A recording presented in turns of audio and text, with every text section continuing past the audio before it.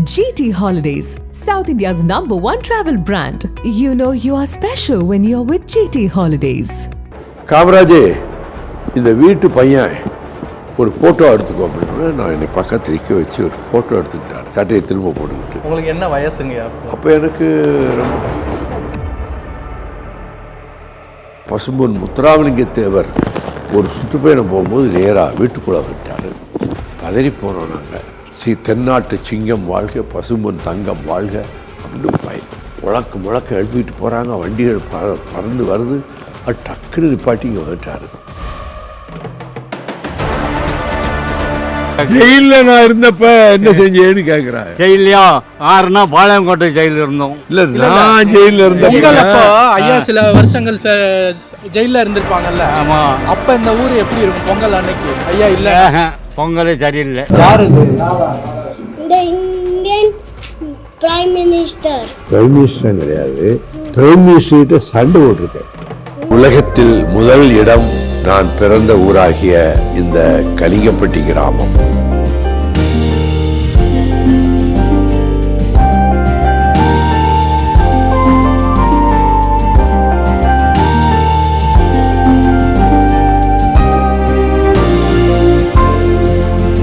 சில கிலோமீட்டர்களுக்கு முன்னாடி இருந்தே ஊரில் வந்து ஒரு விழா கோலம் தெரிஞ்சிருச்சு. மொத்த மக்களும் ஒன்றா சேர்ந்து ஒரு குடும்பமாக கொண்டாடுற மாதிரி இருக்குது பொங்கல். வரும்போதும் பார்த்தோம், பந்தி நடந்துக்கிட்டே இருக்குது. இன்னைக்கு மட்டும் இல்லை, எப்பயுமே இங்கே வந்தால் இதை வந்து ஒரு பூட்டாத கதவு அப்படின்ற மாதிரி. எங்கள் அம்மா இருக்கிற வரைக்கும் அணையாத அடுப்பாக தான் இருந்துச்சு. அணையாத யார் வந்தாலும் சாப்பிட வைக்காம கட்சிக்காரங்க எந்தெந்த ஊர்கள்லேருந்து வருவாங்க, நம்ம பிள்ளையோட கட்சியில் இருக்காங்கன்ட்டு அவங்கள சாப்பிட வச்சு தான் எங்கள் அம்மா அனுப்பும். அதான் விருந்தோம்பலுக்கு எங்கள் அம்மா சமையல்லையும் அவர்களுடைய சமையல் அந்த சுவையை வாழ்க்கையில் பெற அதுக்கு பிறகு நான் எனக்கு வேறு எங்கேயும் கிடைக்கல. அவ்வளவு உபசரிப்பாங்க. இந்த வீட்டுக்கு 1930-31 அப்பொழுது பிரீமியர் ஆஃப் மெட்ராஸ் ஸ்டேட் பிரதமர் தான் அழைப்பாங்க, முனுசாமி நாயுடு. இங்கே வந்து 2 நாள் தங்கி இருந்திருக்கார் இந்த வீட்டில்.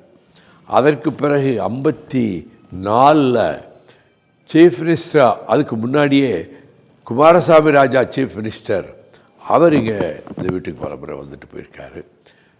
பெருந்தலைவர் காமராஜர் 1954 முதலமைச்சரான பிறகு முதல் தென் மாவட்ட சுற்றுப்பயணத்தின் போது இங்கு வந்து தான் பகல் பொழுது 12 மணிக்கு வந்தார்கள். பெரிய பந்தல் போட்டிருந்தோம். ஒரு 15 நிமிடம் பேசினார்கள். தந்தையார் மாலை அணிவித்தார். இந்த இடத்தில் வைத்துத்தான் சிவகாசி சமையல்காரர்களை கொண்டு வந்து அவருக்கு பிடித்தமான அசைவ உணவு விருந்து எல்லா ஐட்டங்களும் செஞ்சுருந்தோம். இந்த மூலையில் உட்காந்து தான் சாப்பிட்டாரு. பக்கத்தில் எங்கள் அப்பா இருந்தாங்க, எம்எல்ஏக்கள் எல்லாம் இருந்தாங்க. சாப்பிட்டுட்டு அவருக்காகத்தான் நாங்கள் முதல்ல டாய்லெட்டும் பாத்ரூமும் கெட்டோம் அவர் பயன்படுத்துறதுக்காக. அது பிறகு மாடியில் போய் ஓய்வு எடுக்க போனார். அவங்களே படுக்க கொண்டு வந்துட்டாங்க. நாங்கள் வெல்வெட் மெத்தையெல்லாம் வச்சுருந்தோம், அதை யூஸ் பண்ணல. அவங்களே கொண்டு வந்திருந்தாங்க. அவங்க வந்து எளிமையான படுக்கை. காமராஜர் அவர்கள் வந்து எளிமையான படுக்கை தான். அந்த கட்டில் அவர் படுக்கையெல்லாம் அதை போட்டு சட்டையை கழட்டி ஆணியில் தொங்க போனார். கேடி கோசல்ராம் அப்போ தான் என்னை மேலே கூட்டி போகிறாங்க. காமராஜே, இந்த வீட்டு பையன் ஒரு ஃபோட்டோ எடுத்துக்கோ அப்படின்னு நான் என்னை பக்கத்து நிற்க வச்சு ஒரு ஃபோட்டோ எடுத்துக்கிட்டார். சட்டையை திரும்ப போட்டுக்கிட்டு. உங்களுக்கு என்ன வயசுங்க? அப்போ எனக்கு ரொம்ப 10 வயசு. அப்போ அந்த படத்தை பாதுகாத்து வைக்கணும், நம்ம ஒரு அரசியலுக்கு வருவோம்னு அவனுக்கு தெரியாது. அந்த படத்தை பாதுகாத்து வைக்கலை. அதன் பிறகு இங்கே பெரிய தலைவர்னு சொன்னால் பசும்பொன் முத்துராமலிங்க தேவர் ஒரு சுற்றுப்பயணம் போகும்போது நேராக வீட்டுக்குள்ளே வந்துட்டார். பதறி போனோம் நாங்கள். தென்னாட்டு சிங்கம் வாழ்க, பசும்பொன் தங்கம் வாழ்க அப்படின்னு முழக்க எழுப்பிட்டு போகிறாங்க. வண்டிகள் பறந்து வருது. அது டக்குன்னு நிப்பாட்டி இங்கே வந்துட்டார். தோதகத்தின் நாற்காலி நிறைய வீட்டில் இருந்து அதில் ஒரு நாற்காலி உட்கார்ந்தார். அப்பா எதுக்கு உட்கார்ந்தாங்க? அவர்களுக்கு எங்கள் தந்தையார் 3 வயதாக இருக்கும்போது 8 மாதத்துலேயே அவர் நடந்தாராம். 3 வயசாக இருக்கும்போது செவல் குளத்தில் எங்கள் பாட்டி வீட்டுக்கு போயிருந்த இடத்துல காலையில் அவர் விளையாட போகிறேன்னு சொல்லி அவர் பெரிய தண்ணி தொட்டி இருக்கு, அதுக்குள்ளே விழுந்துட்டார். மத்தியானம் வரைக்கும் யாரும் கவனிக்கலை. அதுக்கு பிறகு கவனித்து எடுத்த பிறகு ஒரு கால் ஒச்சமாகிவிட்டது. எங்கெங்கோ வைத்தியம் பண்ணி ஒன்றும் முடியலை. ஆகவே அதனால தான் அவருக்கு பக்கத்தில் ஒரு கம்பு இருக்கும். ஆமாம், அதை ஊனி தான் நடப்பார். வாழ்க்கையில் உடல் ஊனமுற்றவர்கள் மீது நான் அதிகமான கரிசனம் காட்டுவதற்கு அது ஒரு காரணம். ஆனால் ரொம்ப வேகமாக நடப்பார் அதுலேயே, ரொம்ப ஊனி. அப்போது தேவரையா வந்த உடனே 57 56 நான் காங்கிரஸுக்காக அதிக வருஷம் ஜெயிலில் இருந்தவன். காங்கிரஸ் கெட்டுப்போச்சு, பெர்மிட் கோட்டா ராஜ்யமாயிடுச்சு, நீங்கள் காங்கிரஸை ஆதரிக்கக்கூடாது இனிமேல் வர எலெக்ஷனில். தேவரையா வந்து எங்கள் அப்பாட்ட சொல்கிறாரு, ஐயா உங்களுடைய கால் பாதங்கள் இந்த வீட்டில் படுறதுக்கு நாங்கள் பாக்கியம் செஞ்சுருக்கணும். ஐயா சொல்லிட்டீங்க, நான் அதுபடி அந்த முடிவை ஏற்றுக்கிறேன் அப்படின்னு சொன்னார். அந்த எலெக்ஷனில் அவர் காங்கிரஸுக்கு வேலை செய்யவும் இல்லை. அதுக்கு முன்னாடி ஊராக போய் ஓட்டு கேட்பார். காங்கிரஸ் வளர்ச்சிக்காக நிறைய செஞ்ச குடும்பம். ஆமாம். ஆனால் அவர் தேவரையா சொன்னது பிறகு அதை அப்படியே ஏற்றுக்கிட்டு அவர் காங்கிரஸ் ஆதரிக்கலை. வில்வண்டி 3 வில்வண்டி வீட்டில் இருக்கும், 3 படசர்கார் மாதிரி. அதுக்குன்னு காளை மாடுகள் வில்வண்டியில் போகிறதுக்காகவே இருக்கும். நிறைய மாடுகள் தொழுவத்தில் இருக்கும். பசுமாடுகள் 70-80 பசுமாடுகள் இருக்கும். அது பெரிய தொழுவம். அது மேய்க்கிறதுக்கு 2 பேர் இருப்பாங்க. அப்போ அந்த வில் வண்டியில் என்னை கூட்டிகிட்டு போவார் ஊருக்கு. கோயில்பட்டி கூட இங்கேருந்து வில்வண்டியிலே போயிட்டு வந்துடும். அப்படி அதான் எங்களுக்கு பயண வசதிக்காக இருந்த வாகனங்கள். அதற்கு பிறகு நான் திராவிட முன்னேற்ற கழகத்திலே ஈடுபாடு காட்ட ஆரம்பித்த பிறகு அவர் 64 அண்ணா முன்னால் பேசி அப்படியே திமுக மாணவரணியில் சேர்ந்துட்டேன். பின்பு என் கல்யாணத்தை கலைஞர் நடத்துகிறதாக இருந்தது. அவர் ஒப்புதல் கொடுத்திருந்தார். ஜூன் 14, 1971 குற்றாலம் சேது மாளிகையில்.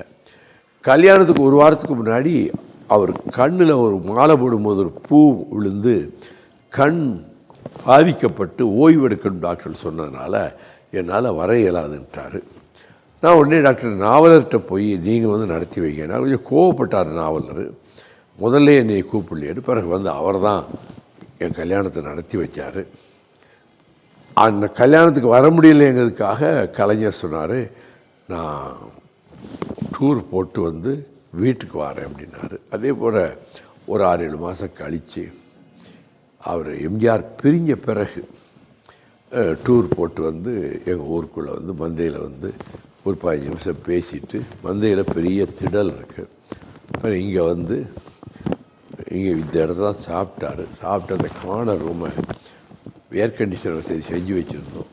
அதில் படுத்து ஒரு 1.5 மணி நேரம் ஓய்வு எடுத்துட்டு அவர் பிறகு சாயங்காலம் குளிச்சுட்டு ரெடியாகி சாயங்காலம் டிஃபனும் சாப்பிட்டு போனார்.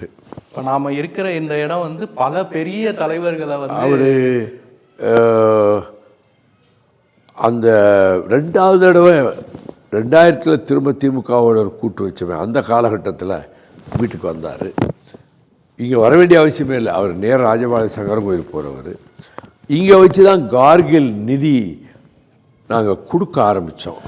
என் துணைவியாருடைய அண்ணன் வக்கீல் சீனிவாசன் தான் முதல் 1 லட்ச ரூபா கொடுத்தாரு. இங்கே வச்சு தான் ஆரம்பித்தார். கார்கில் நிதி தொடங்கிய இடம் இந்த வீடு தான். தமிழக அளவில் நிதி திரட்ட ஆரம்பித்தது முதல் இல்லத்தில். அதுக்கு பிறகு ரொம்ப முக்கியமாக நான் சொல்லணும்னு நினச்சேன்னா, விடுதலை புலிகள் காயப்பட்டவங்களை 37 பேர் தம்பி ரவி தான் அவங்களுடைய மருத்துவ ஏற்பாடுகளை எல்லாம் கவனிச்சுக்கிட்டான். இந்த வீட்டிலாம் தங்கியிருந்தாங்க. இந்த இது மாடி மேதகலுங்க. அவருக்கு புலிகளுடைய தளபதிகள் புலிகள். எங்கள் அம்மா ஒரு வருஷம் 3 வேளை கொஞ்சம் கூட மனசு தொடங்காமல் அவங்களுக்கு சாப்பாடு போட்டுச்சு. அதில் 2 கால் இல்லாதவங்க, 2 கை இல்லாதவங்க, கண் இல்லாதவங்க, அப்படிப்பட்டவங்களே நிறைய பேர் இருந்தாங்க. அப்போது அது சுகமாயி ஒரு 17 பேர் திரும்பி நாட்டுக்கே போயிட்டாங்க. அவங்களுக்கு சிகிச்சைனா டாக்டர்கள்லாம் நீங்கள் இங்கே ரவி டாக்டர் கூப்பிட்டு வருவோம். கூப்பிட்டு அவங்களுக்கு தேவையான சிகிச்சை கொடுப்பாங்க. எங்கள் ஊரில் கொஞ்சம் வேறு கட்சி இருந்தால் கூட யாரும் இங்கே இருக்கிற போலீஸ் ஸ்டேஷனில் போய் இங்கே இருக்காங்கன்னு புகார் சொல்லலை. அந்த பண்பாடை இந்த ஊர் காப்பாற்றிச்சு. அதன் பிறகு திருநெல்வேலியில் பாளையங்கோட்டை பெருமாள்புரத்தில் ஒரு வீடை வாடகைக்கு பிடிச்சி இவங்க கூட அங்கே வச்சுருந்தான். அதுக்கு பிறகு அங்கே வச்சுருந்தான். பிறகு ராஜீவ்காந்தி கொலை ஆன உடனே அங்கேருந்து வேறொரு வீட்டை குருநாதன், வக்கீல் குருநாதன் ஏற்பாடு பண்ணி புதிய நகரில் போய் அந்த வீட்டில் வச்சுருந்து என் தாய் மாமனுக்கு கல்யாணம் ஆகலை, அவரையும் என்னுடைய உறவினர் குருசாமி அவருடைய துணைவியார் அவங்களே அந்த வீட்டில் கொண்டு வச்சு அவங்களுக்காக அந்த வீடு வாடகைக்கு எடுத்த மாதிரி வச்சுட்டு இந்த புலிகளையும் அங்கேயே வச்சுட்டோம். அதன் பிறகு ஒரு 5 மாதம் கழித்து ராஜீவ்காந்தி படுகொலைக்கு பிறகு இன்டெலிஜென்ஸில் ஏதோ ரிப்போர்ட் போய் கைது பண்ண போகிறாங்கன்னு எனக்கு தீகா வழக்கறிஞர் துரைசாமி அண்ணன் என்னை கூப்பிட்டு சொன்னார். நான் உடனே ரவிகிட்ட வந்து கைது பண்ண போகிறாங்க, அந்த வீட்டில் இருக்க மாமா அவங்க எல்லாரையும் ஊருக்கு போய் சொல்லிட்டு நீ வீட்டில் கொண்டாந்து வச்சுக்கோன்னு அவங்க உடனே தன்னுடைய துணைவியார் குடும்பத்தினர் எல்லாரையும் ஊருக்கு அனுப்பிட்டு புலிகளோடைய மட்டும் இருந்தான். போலீஸ் வந்தது, இவரையும் சேர்ந்தே கைது பண்ணி கொண்டு போனது. விடுதலை புலிகளோட நீதிமன்றத்தில் போய் நிறுத்தினாங்க. நீங்கள் தடை செய்யப்பட்ட இயக்கத்தினரை வீட்டில் வச்சுருந்தது குற்றம் தானே நீதிபதி கேட்டார். சட்டப்படி குற்றமாக இருக்கலாம், என் மனச்சாட்சிப்படி அது குற்றம் இல்லை. மனிதாபிமானத்தோடு நான் வச்சுருந்தேன். கை கால்கள் இழந்தவர்கள், கண்கள் இல்லாதவர்கள், இப்படி அப்படி சொல்லி அது நான் செய்தது நியாயம்னு கோர்ட்லேயே சொல்லி பேப்பர்லாம் பெருசாக ஃப்ளாஷ் ஆகிடுச்சு. ஆகவே இந்த வீட்டுக்கு உள்ள ஒரு பெருமைகள் தலைவர்கள் வந்தது மட்டுமல்ல, தமிழீழ விடுதலை புலிகள் இது சொந்த வீடாக கருதி தமிழ்நாட்டிலே நமக்கு ஒரு வீடு இருக்குன்னே அவங்க சொன்னாங்க. அப்படி இருந்த இல்லம் இந்த இல்லம். ஒரு வீட்டின் பெருமை வந்து அங்கே வர்றவர்களாலையும் உருவாகுது, அங்கேருந்து உருவானவர்களாலையும் பெருமை அடையுது. அந்த 2 பெருமையுமே இங்கே இருக்கு. சின்ன வயசில் எங்கள் ஊருக்கு மகாத்மா காந்திக்கு பேரன் கிருஷ்ணதாஸ் காந்தி வர்றாருன்னு 10,000 பேர் கூடிட்டாங்க. என்னுடைய ஆசிரியர்களாக இருந்த 3ஆவது வகுப்பு ஆசிரியர் கவிஞர் சட்டமுத்தனும் 5ஆவது வகுப்பு ஆசிரியர் மாணிக்க வாசகமும் 10,000 பேர் இருப்பாங்க, நீ வரவேற்று பேசணும்னு சொல்லி பேச்சை எழுதி கொடுத்தாங்க. கடையெழு வள்ளல்களை ஒவ்வொருத்தருக்கும் 4 வரி அதை நான் மனப்பாடம் பண்ணிட்டேன். அதுதான் உங்க முதல் பேசாங்க. நீ பயப்படாமல் பேசணும், சும்மா கை எப்படி வச்சு பேசணும், அப்படின்னு தாளை பார்த்து பேசக்கூடாதுங்க. நான் மனப்பாடம் பண்ணிட்டு தாளை பார்த்து பேசலை. நான் பேசுனது ஒரே ஆரவார கைதட்டல்னு ஒன்று அவர் இந்தியில் மொழிபெயர்க்க சொல்லி அதை ஒருவர் இந்தியில் மொழிபெயர்த்து சொன்னார் அவர்கிட்ட. அப்போ அன்றைக்கு இரவு இங்கே தங்கி விட்டார். மேலே வீடுன்னு ஒரு வீடு இருக்குது, அவங்க தான் பிரசிடெண்ட்டாக இருந்தவங்க, பெரிய வீடு. அவங்க வீட்டில் தங்கியிருந்தார். காலையில் எங்கள் ஊர் தலையாரி முத்தையா தேவர் மேலே வீட்டில் கூப்பிட்றாங்க, காந்தி வந்திருக்க பெரியவர் உங்களை பார்க்கணுங்கிறார்ட்டு கூப்பிட்டு போனாங்க. திருநெல்வேலியில் மீட்டிங் இருக்குது, நீ அங்கே வந்து பேசுனப்போ அவர் சொல்லிட்டாங்க வீட்டில் விட மாட்டாங்க. தலையாரியும் சொல்லிட்டார், அவங்க வீட்டில் விட மாட்டாங்கன்னு ரெவடி விட்டு போயிட்டாங்க. அதான் முதல் 8 வயசு 3ஆவது படிக்கிறேன், என்னுடைய முதல் மேடை பேச்சு. பிறகு ஸ்கூல்லையே அசம்பிளி வச்சு வாரம் அசம்பிளி நடத்துவாங்க, அதில் பேசினேன். கடமை என்கிற ஒரு நாடகம், அதில் கதாநாயகனாக நடிக்க வச்சாங்க. முதல் முழக்கம் என்ற நாடகம் வீரபாண்டிய கட்டபொம்மனை பற்றி நான் கட்டபொம்மனாக நடித்தேன். அதெல்லாம் பள்ளிக்கூடத்திலேயே நான் வார்ப்பிக்கப்பட்டவன். இப்படி பிறகு நான் சர்ச்சேவஸுக்கு போனேன், அங்கே காலேஜ் அரேட்டரானேன். அங்கேருந்து அதுக்கு பிறகு பிரசிடென்சியில் போய் சேர்ந்தேன். அதுக்கு பிறகு உள்ளதெல்லாம் அண்ணா முன்னிலையில் பேசுகிறது, திமுக மாணவர் அணியில் சேர்ந்தது, இந்திய எதிர்ப்பு போராட்டத்தில் மிக தீவிரமாக ஈடுபட்டது. அது பிறகு ஒச்சு மொத்தத்தில் 28 முறை சிறை சென்றிருக்கிறேன். திமுக கழகத்தில் 24 முறை சிறை சென்றிருக்கிறேன். மொத்தம் 5.5 வருடம் நான் சிறையில் இருந்திருக்கிறேன். சீக்ராஸ் பிரிசனருடைய அவர்களுடைய இதைத்தான் நான் வாங்கி சாப்பிடுவேன். கூடுதல் வசதியெல்லாம் மறுத்துருவீங்க. ஃபேன் வைக்க விட மாட்டேன்ட்டேன். ஸ்பெஷல் உணவுகள்லாம் ஒன்றும் வர வேண்டான்ட்டு அந்த சீக்ராஸ் பிரிசனர் கொடுக்குற அதே உணவைத்தான் நான் அப்படியே முழுங்கிடுவேன். ஆனால் சமமாகத்தான் அவர்களோடு இருந்தேன். அதனால் அவங்க எல்லாரும் காவிரிக்கு உண்ணாவிரதம்னு அறிவித்தப்போ 2300 பேர் உண்ணாவிரதம் இருந்தாங்க வேலூர் ஜெயிலில். சிறைக்குள்ள. ஆமாம். அதன் பிறகு திராவிட முன்னேற்ற கழகத்தில் நெருக்கடி காலத்தில் சரி எம்ஜிஆரை வெளியேற்றின போது ஊராக போய் கூட்டம் நடத்த முடியாத இடங்கள் எல்லாம் கூட்டத்தை நடத்தி திமுக கழகத்துக்கு என் மிகப்பெரிய என்னுடைய சக்தியெல்லாம் பயன்படுத்தி செஞ்சு 77 தேர்தலில் திருச்சிக்கு தெற்க என் ஊர் உள்ளடங்கிய சங்கரங்கோவில் தொகுதி மட்டும்தான் திமுக ஜெயித்தது. திருச்சிக்கு தெற்க ஒரு தொகுதி ஜெயிக்கலை, இந்த தொகுதி மட்டும்தான் ஜெயித்தது. அதற்கு காரணம் நம்ம தம்பி தான் என்று சொல்லி கலைஞர் என் மேலே அவ்வளோ பாசத்தை பொழிந்தார். அதனால தான் அதுக்கு அடுத்த வருஷம் 78 என்னை ராஜ்யசபாவுக்கு அனுப்பினார். ராஜ்யசபாவிலும் திமுக கழகத்தையும் கலைஞரையும் மேன்மைப்படுத்தி அதுக்கு கீர்த்தியை கொடுத்து பேசினேன். எல்லா டிபேட்ஸ்லையும் கலந்துக்கிட்டேன். மீண்டும் அவர் 84 2வது தடவை அனுப்பினார் ராஜ்யசபாவுக்கு, 3வது தடவை 90 ராஜ்யசபாவுக்கு அனுப்பினார். ஆக எனக்கு நாடாளுமன்றத்தில் 18 ஆண்டு காலம் பேசுவதற்கும் அதன் மூலம் நான் ஒரு நல்ல பெயரை வாங்குவதற்கும் கொள்கைகளை பேசுவதற்கும் நான் பார்லிமெண்ட்டுக்கு போகும்போது எங்கள் மூத்த அக்கா சொல்லிச்சு, நாதியற்றவர்கள் நமக்காக குரல் கொடுக்க யாரும் இல்லையே என்று கவலைப்படுகிறவர்கள் இந்த நாட்டில் எங்கே இருக்காங்களோ பாதிக்கப்படுறாங்களோ அவர்களின் குரலாக உன்னுடைய பேச்சு இருக்கணும்னு சொன்னாங்க. அதே மாதிரி தான் நான் பங்கெடுத்தேன். அதன் பிறகு பல்வேறு சூழ்நிலைகள் ஏற்பட்டன. நான் புலிகளை மிக தீவிரமாக ஆதரித்தது அது பிரச்சனைக்கு காரணமாயிற்று. 89 டாக்டர் கலைஞர் அவர்கள் சிஎம்மானாங்க. அப்பொழுது ஏற்பட்ட சில நிலைமைகளில் திமுகவுக்கும் புலிகளுக்கும் ஒரு உரசல் வந்துவிடக்கூடாதுன்னு பயந்தேன். ஏன்னா எம்ஜிஆர் உயிரோடு இல்லை. எம்ஜிஆர் இருந்த வரைக்கும் புலிகளுக்கு அவர் தான் எல்லாம் செஞ்சார், அள்ளி கொடுத்தாரு, கோடி கோடியாக கொடுத்தாரு. அந்த யுத்தமே எம்ஜிஆரால் தான் அவர்களால் நடத்த முடிந்தது. அப்போ இந்த உரசல் வந்துவிடக்கூடாது என்பதற்காக நேரில் சென்று சந்தித்து சில விஷயங்களை விளக்கமாக சொல்லி இது பண்ணணும்னு நினச்சி தான் போக நினச்சேன். அவர் வரக்கூடாது, 2 நாட்டு கடற்படை இருக்குது, அதனால சொல்லி அவர் வர வேண்டான்னு சொல்லி எவ்வளோ தடுத்தார். ஆனால் நான் போயே தீர வேண்டும் என்று பிடிவாதம் பிடித்ததால் 3 இன்ஜின்கள் பொருத்திய ஒரு புதிய படகை அனுப்பி வச்சார். நான் வீட்டில் லண்டனுக்கும் பாரிஸுக்கும் போகிறேன், ஈழத்தமிழர் மாநாட்டுக்கு பொய் சொல்லிட்டு அனுமதிக்க முடியாது. நான் போகிறது அவங்க தடுத்தது. என்னுடைய வாழ்க்கையில் கிடைச்ச வரப்பிரசாதம் என் துணைவியார் எல்லா சோதனைகளையும் ஏற்றுக்கொண்டா. மாஸ்டர் 2 தான் வீட்டில் இருப்பேன். கிட்டத்தட்ட 28 தடவை ஜெயிலுக்கு போயிருக்கேன். 5.5 வருஷம் ஜெயிலில் இருந்திருக்கேன். எல்லாத்தையும் அவங்க தான் தாங்கிட்டாங்க.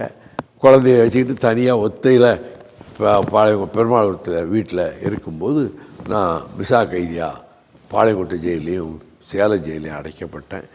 அவங்க அவளையும் தாங்கிக்கிட்டாங்க. அவங்களுடைய ஒத்துழைப்பு, தம்பியினுடைய ஒத்துழைப்பு, குடும்பத்திலே எனக்கு எந்த நெருக்கடியும் இல்லை. அப்படி அங்கே ஈழத்துக்கு சென்று விட்டு வந்தது பிரச்சனை ஆயிட்டுது. ஈழத்துக்கு பயணத்தை பற்றியெல்லாம் சொல்லணும்னா அது மணிக்கணக்காக சொல்லணும். அதை பற்றியெல்லாம் இப்போ நான் சொல்லலை. இப்போ இந்த வீட்டுக்கு வந்த இன்னும் ஒரு தலைவர் ஜெயலலிதா வந்தாங்க. வந்து என்னுடைய தாயாரை பார்த்து பேசிகிட்டு இருந்தாங்க. அவர் டிஃபன் சாப்பிட்டாங்க. குலோப் ஜாமுனும் ஒரு வடையும் கொடுத்தோம், சாப்பிட்டாங்க. அவங்களுக்கு ஸ்வீட் ரொம்ப பிடிக்கும். அவங்க வெளியே வரும்போது ப்ரெஸ்ஸு கேட்டாங்க, என்ன நினைக்கிறீங்க இங்கே வந்துட்டு போகும்போது? என் பெற்ற தாயாரை பார்த்ததைப் போல அந்த வைகோவுடைய தாயாரை பார்த்து பேசினேன். எனக்கு அந்த உணர்வு ஏற்பட்டதுன்னு வாசலில் வச்சு சொல்லிட்டு போனாங்க. அருமைங்க. அப்போ நாங்களும் அப்படியே உங்களோட பயணிக்கிறோம். அதாவது யாருமே எதிர்பார்க்கலை. நீங்கள் அறிவித்தோடனே எங்களுக்கும் கூட ஒரு சின்ன சர்ப்ரைஸாக இருந்தது. எப்படி ஐயா இப்போ சிகிச்சையெல்லாம் தாண்டி மீண்டும் நீங்கள் வந்திருக்கீங்க. அப்போ உங்கள் உறுதி எங்களுக்கு ரொம்ப ஆச்சரியமாக இருந்தது. எதனால இந்த முடிவு எடுத்தீங்க? 3 மாதமாகவே நினச்சிட்டு இருந்தேன். இந்த ட்ரக்ஸ் இப்போ colleges, girls colleges, schools, girls schools எல்லாம் கூட வர ஆரம்பிச்சிச்சு. இது மதுவை விட கொடுமையானது. அவயவங்களை எல்லாம் பாலடித்து 40 வயசுக்குள்ளே உயிர் போயிடும். மிருகங்களாக மாறிடுவாங்க. பெண்களை பல பேரை சீரழிக்கிறது இந்த போதைப் பொருள் தான். ஸ்டாம்ப் சைஸ் இருக்கும், எல்எஸ்டி மாத்திரை, கொக்கைன், ப்ரௌன் சுகர், இதெல்லாம் ஊடுருவுதுங்கிறதுனால நம்ம இதுவரைக்கும் ஒவ்வொன்றும் பொது பிரச்சனைக்காக தான் தமிழ்நாடு பூரா நடந்தோம். நதிகள் இணைப்புக்காக, சாதி மத வேற்றுமையை களைவதற்காக, ஸ்டெர்லைட்டை எதிர்ப்பதற்காக, நீட்டினோவை எதிர்ப்பதற்காக நான் வெற்றி பெற்றிருக்கிறேன். ஸ்டெர்லைட்டை நிரந்தரமாக மூட வைத்தேன். நீட்டினோவை 16 ஆண்டுகளாக நான் ஹைகோர்ட்டில் நான் வாதாடி வாங்கிய தடையால் அது நிறுத்தப்பட்டிருக்கிறது. நெய்வேலி நிலக்கரி நிறுவனம் பறிபோக இருந்ததை வாஜ்பாய் அவர்களிடம் சொல்லி எடுத்த முடிவை மாற்ற வைத்து கேபினட் டிசிஷனை மாற்ற வைத்து திரும்ப பெற்றுக் கொடுத்தேன். ஆக நான் என்னுடைய பொது வாழ்க்கையில் தமிழ்நாட்டுக்கு வாழ்வாதாரங்களை காக்க நடைபயணங்களை மேற்கொண்டேன். அதில் வெற்றியும் பெற்றேன். ஆக இப்போ இது மிக கொடுமையாக இருக்கிறதே. இதை எதிர்த்தும் இந்த சாதி சண்டை, மத மோதல், இந்துத்துவ சக்திகள் உள்ள நுழைஞ்சி இந்து முஸ்லீம், இந்து கிறிஸ்டின் கலவர பூமியாக இரத்த களரிகளை உருவாக்க திட்டமிட்டு திராவிட இயக்கத்தை நசுக்கணும்னு நினைக்கிறாங்க. இதை எதிர்த்து மக்கள்கிட்ட நம்ம போய் பேசணும். அப்படிங்கிற இதில் தான் கூட்டங்கள் வர்ற வழியெல்லாம் முழக்கங்கள், அந்த முழக்கங்களாகவே போட்டுட்டு வந்தோம். கூட்டங்களில் அதைத்தான் பேசுகிறேன். அரசியல் இதுவரைக்கும் பேசாத நான் இம்முறை பேசினேன். 75 ஆண்டு கால தியாக வரலாற்றை கொண்ட தியாக கோட்டையான திராவிட இயக்கத்தை வேரோடு பிடுங்கி எறிவோம், துடைத்து ஒழிப்போம்னு ஹோம் மினிஸ்டர் அமித்ஷா பேசுகிற அளவுக்கு இந்துத்துவ சக்திகள் கொக்கரிப்பதால் நாங்கள் டிராவிடியன் மூமெண்ட்டை பாதுகாக்கணும். நமக்கு இருக்கிற சக்தி பெரிய அளவுக்கு ஈக்குவலாக டிஎம்கேக்கு ஈக்குவலாக இல்லைன்னாலும் இது ஒரு ஸ்பார்ட்டா ஃபோர்ஸை போல் இதை முழுக்க திமுகவுக்கு பயன்படுத்துவோம் அப்படின்னா 8 வருஷத்துக்கு முன்னாடி முடிவெடுத்து திமுகவோட உடன்பாடு வச்சோம்.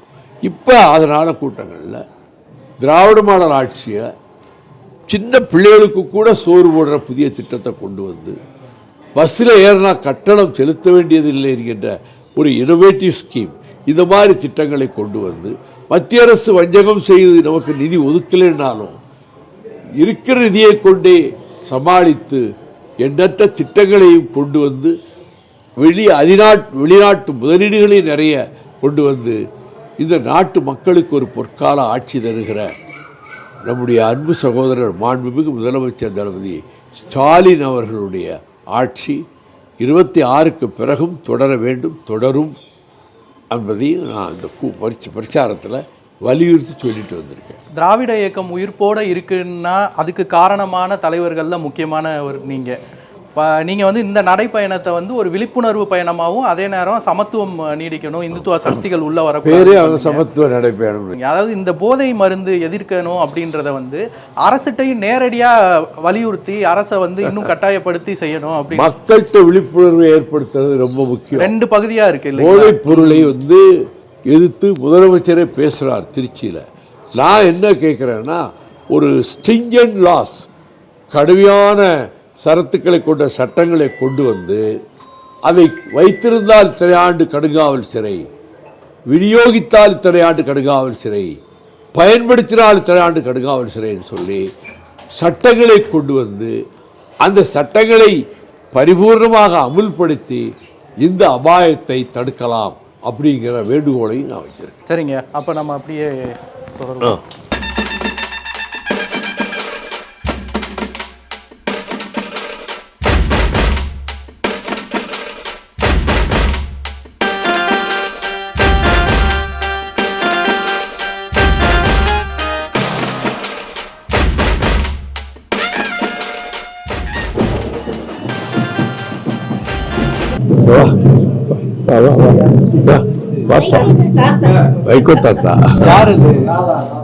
Indian prime minister. எங்களுக்கும் அந்த ஆசை இருக்கு.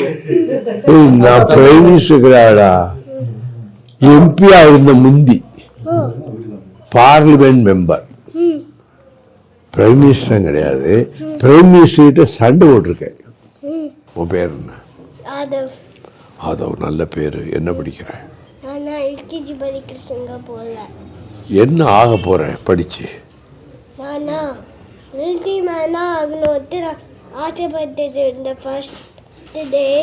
அப்புறம் நான் வந்து மிலிட்ரி மேன் ஆக போறேன். பட் இப்போ நான் வந்து மிலிட்ரி மேனா ஆகாம நான் வந்து என் அப்பா மாதிரி ஆஃபீஸில் ஒர்க் பண்ணவங்க. ஏன் மாத்திட்ட? ஏன்னா ஒரு வார் இது வார் கிடையாது. வார் வேண்டான்னு நினைக்கிறேன். Very good.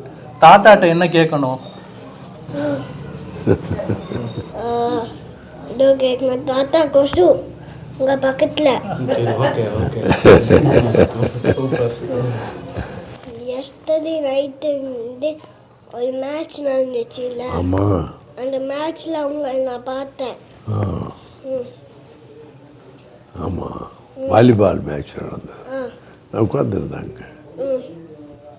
தாத்தா பெரிய வாலிபால் பிளேயர் தெரியுமா? தெரியும். பத்து ஃபஸ்ட்டு மேட்ச்சில் தாத்தா கீழே வந்து ஷோல்டர் உடஞ்சி போயிடுச்சு. ஓ, அது வரைக்கும் தெரியுது.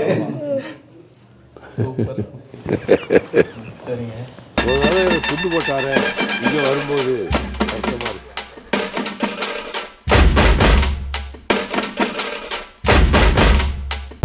அவங்கள்ட்ட ஒரு வார்த்தை கேளுங்க. ஐயா வணக்கம். நீங்க எந்த வயசுல இருந்து பாத்துட்டு இருக்கீங்க? நானா 62 வருஷம் அது தலைவர் கூட இருந்தோம். 62 வருஷம் அது கொஞ்சம் அருமையா 30 வருஷம் டிஎம்கேல இருந்திருக்கோம். 32 வருஷம் மதிமுகவில் இருந்திருக்கோம். இப்ப இந்த ஊருக்கும் இந்த நாட்டுக்கும் அவர் எவ்வளவு முக்கியமானவர்?